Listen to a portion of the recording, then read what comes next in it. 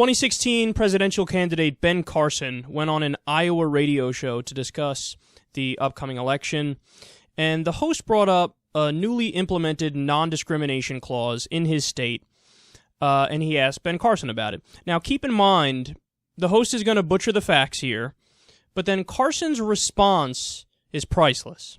The Obama administration here in Iowa, we just found out a couple days ago that they are using the Section 8 housing regulations, the HUD regulations, when it comes to for the locals to be able to apply subsidies for low-income people in their community and to apply for those funds.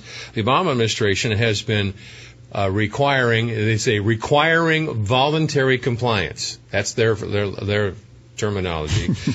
That people in eastern Iowa, for instance, have to recruit from Chicago their poverty-afflicted individuals to bring them to Iowa in order to qualify for Section 8 housing. Right. This is just an example of what happens when we allow the government to infiltrate every part of our lives. And this is what you see in communist countries, where they have so many regulations encircling every aspect of your life that if you don't agree with them, all they have to do is pull the noose. And this is what we've got now. That's so embarrassing on every level. First, let's get to the host here.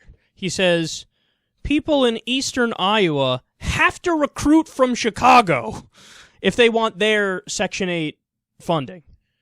So he's saying that people in Iowa need to go out to Chicago, and let's be clear, and it goes on to explain this in the article, what he's saying is they have to bring black people into their mostly white area and let the black people in also in order for them to get their Section 8 housing, and then they can help out the black people to get their Section 8 housing. Is there any aspect of that that's true? No, of course not. You want to know what's really happening here? There was a law in a certain area in eastern Iowa where they said, you know, you can only get public assistance for housing if you've lived in that same place your whole life. Now, that community was virtually 100% white. So whenever any black family tried to move into that community, they would say, sorry, we can't give you any housing assistance. And why is that? Because you weren't from this community to begin with. It's only for people who are within the community. So the federal government is just saying, okay, you can't have that rule anymore.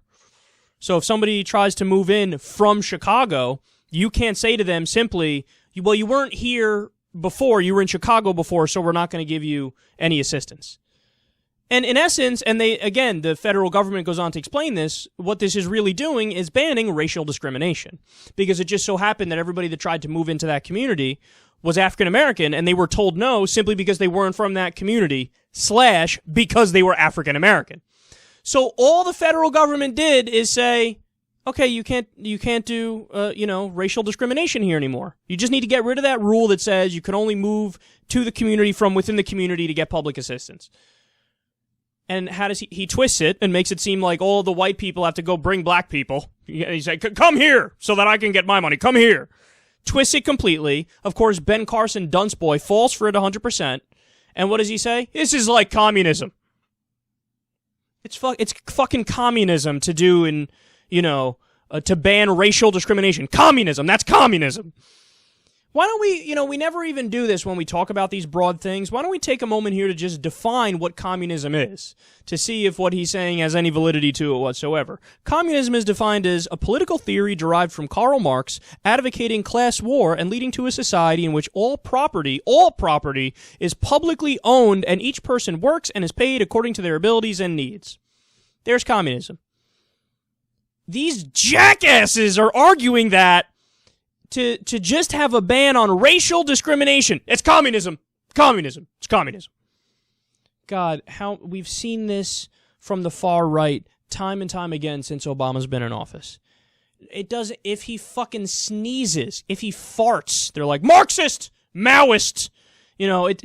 He advocates for conservative policies, oftentimes, and they still say, oh, I guess you like communism. He proposed your policies, you assholes.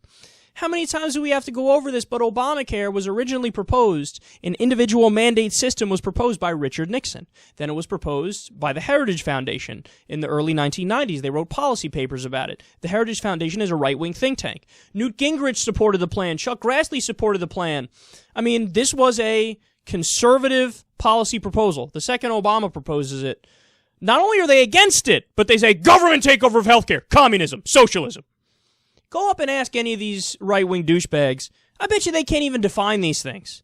I bet you they have no clue. Have any of these guys ever read any serious philosophical works on different economic ideologies or theories or, different forms of government? No, of course they haven't. They don't know what the fuck they're talking about. And we can go on and on here. President Obama made 90% of the Bush tax cuts permanent. That's something George W. Bush couldn't even get done. So he does another right-wing thing. He cut small business taxes over a dozen times in his first term alone.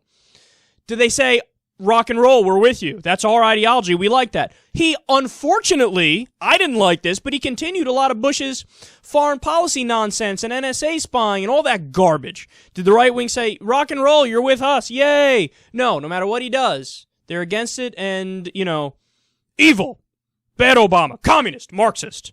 What does that mean? I have no fucking clue.